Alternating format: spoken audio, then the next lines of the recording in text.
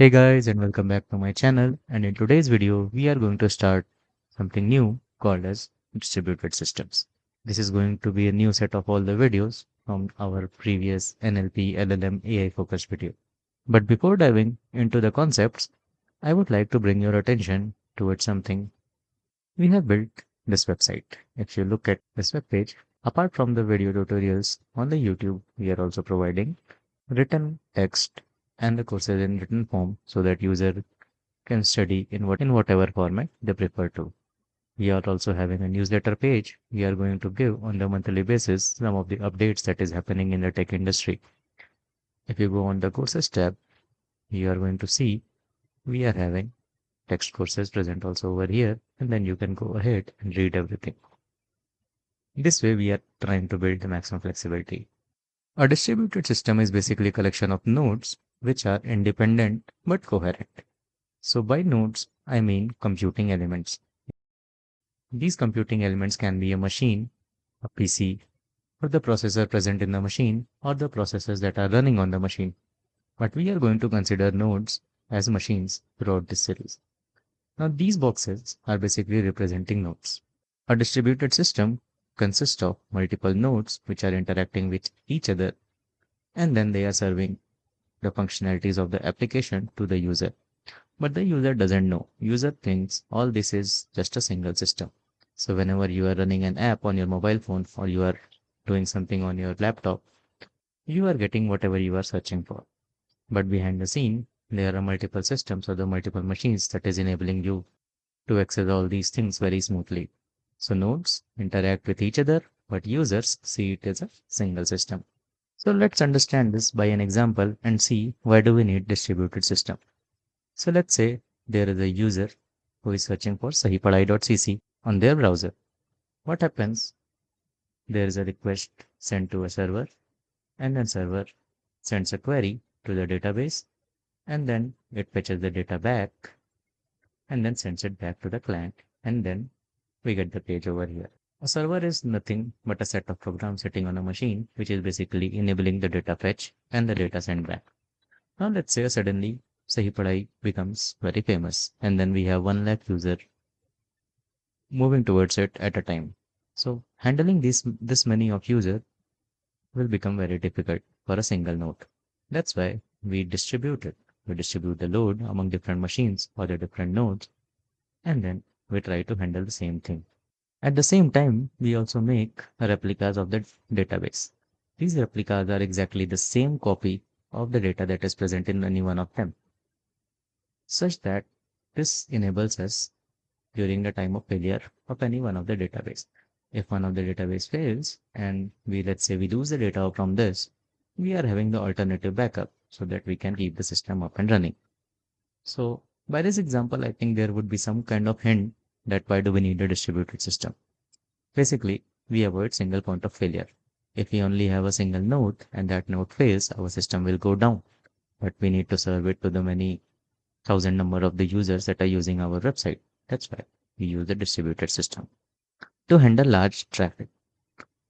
If more than 1 lakh people are hitting to a particular website, a single system cannot handle all these things because the RAM size and all these things will become limited. That's why we need to increase the resources. And that's why we need to add multiple machines. And then there are hardware limitations. If we keep on using just a single machine, even to handle, let's say, a limited set of users, hardware will become corrupt. There are limitations that are set on the hardware, and then we may see challenges in terms of latency, in terms of data, or anything else. That's why, in order to avoid all these failures and handle the complicated situations, we are using distributed systems. Now let's understand the properties of the distributed system. So first property of the distributed system is availability. Availability is nothing but the uptime of the system. Formally, at how much time the system was up and running with respect to the total time the system was there.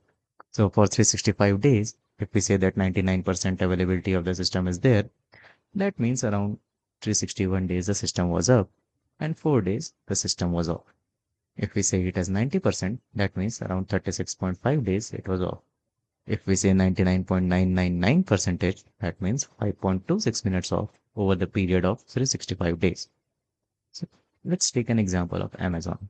Amazon is an e-commerce website.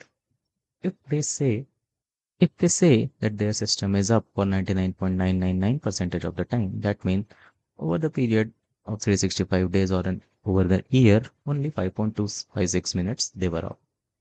That means anyone sitting in any corner of the world do not face any kind of challenges in ordering things or doing other things or accessing different kind of functions that are present over the Amazon. So this is how something that one system shows the availability. Now let's understand some jargons. This meaning 99.999 is said as 5 nines. 99.5 percentage is said as 2.5 nines. So availabilities are basically described in 5 nines, 4 nines, something like that. Now let's understand three key terms present in the availability: SLA, SLO, and SLI. SLA is something called service level agreement. This is the promise made by the system to the clients. So there are system owners that basically give the set of promises to the clients who are purchasing the system or maybe using the system.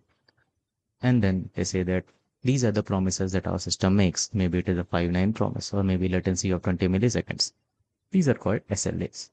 Now, SLO are service level objective. These are nothing but the individual promises made in the SLAs.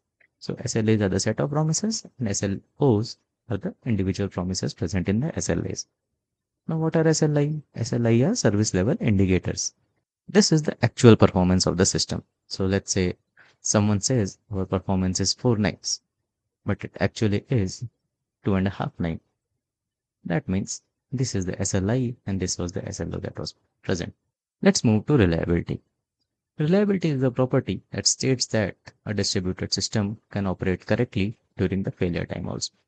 Let's see with an example. So this is our under construction courses page, which we are going to put it up soon so that you can have a search functionality, filtering, and all those things that are going to happen. You can filter by topics, levels, etc., etc. So if someone is using this page and then maybe they have some kind of performance issue, let's say they make some mistakes. So they make a spelling mistake in the search. But this doesn't mean that a simple spelling mistake should break the system, but it should handle this mistake. And let's say if the course is not available and maybe the data of the course is not available, not present, then that card should be disabled. So non-available cards if files are missing instead of system going completely down. If we are having the filtering system, filter should work properly instead of breaking, and we should have a fast filtering. So all these things can be some of the examples of failure point, but the system should be up and should handle things properly. So now failures can occur for two major reasons. One is hardware faults and the second one is software faults. In hardware faults, basically disk failures can happen, power outage can happen. So all these things are handled by replications and the backups. So in terms of disk failures, we have multiple disks with having the same kind of data. In power outage, we have backup power, which can basically power up the system for certain amount of time. And then there are software faults. Let's say some kind of bad coding. Someone who is not very much having the understanding of the fundamentals can make mistakes and it may go to the system and then may cause a problem. But these mistakes can be checked and solved properly. And then there is someone who is vibe coding with LLMs with zero knowledge. Even though you may get the codes, but if you don't have understanding of the technical capabilities, then you are probably leading the system to catastrophic damages. So all these things basically can be handled with unit testing, integrated test cycles, try except that is error handling. All these things can be used to handle software faults. Now third one is scalability. Scalability is a property of the system which allows handling of increased loads and usage. So let's say suddenly from 10 users, we get 1 lakh users. So all these things, a load increases during particular time of the day or maybe particular time of the year, then these all loads should be handled by the system. This scalability is achieved by vertical scaling or the horizontal scaling. By vertical scaling, what I mean is we increase the resources on the same machine. Maybe we increase the RAM, we increase the storage. But all these things becomes very costly and there are limitation of single machine. And This is not an ideal way to go. What I would like is maybe in the comment section, you can tell me what are the disadvantages of the vertical scaling of the system. Next is horizontal scaling, which is basically the industry standard way. And what it does, it adds more machine. So it adds more nodes, and then we can do things very easily. Now, these were the properties of the distributed system. Now, and let's understand very important concept called load balance. Load balancing is the ability to distribute loads evenly among different kind of nodes. So all the different machines are present over there and they are communicating with each other. So how each machine handles load and what amount of load that they are going to be served with is called as load balancing. And these loads are distributed evenly among different machines. It is not like one machine is burdened, other one is empty. But let's understand what the load is. So what is load? There are some things from which we can get the hint of the load. First one is the query per second. Sometimes it can be said as request also, number of requests that is coming to your machines. So number of queries per day upon total number of time is the ideal definition. But it will only give the mean throughout the day, which can be wrong. So in the different interval of the time, we are going to see different kind of loads. So this is a time versus load chart, and we see that late night people are basically studying. All the students are studying at late night. So that's why we divide this into different buckets of the day, and then we calculate the queries per second. Now next one is read to write ratio. There is read heavy system and then there is a write heavy system. Read heavy system, let's say our website Sahi Padhai, you can only read, you cannot write. I don't even have a login and sign up. So it is a very much read heavy system. And let's say we have a write heavy system and we say it is a YouTube because many of the people are uploading videos like so much videos every day, so much shorts every day. So it is a write heavy system at the same time also. So when writers is higher than reader, we say what kind of system it is. So read to write ratio for read heavy system will be high and it will be low for write heavy system. Then there is a percentiles of the response time. This is something called Pareto chart. This is the block that represent different kind of percentile. It is 0th, it is 25th. This box is a 25th percentile. The median is 50th percentile.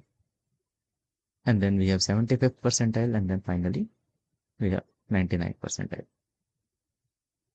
So if someone is saying, say, let's say our system is having 200 millisecond at 99 percentile, that means 99 percentage are served with less than 200 milliseconds.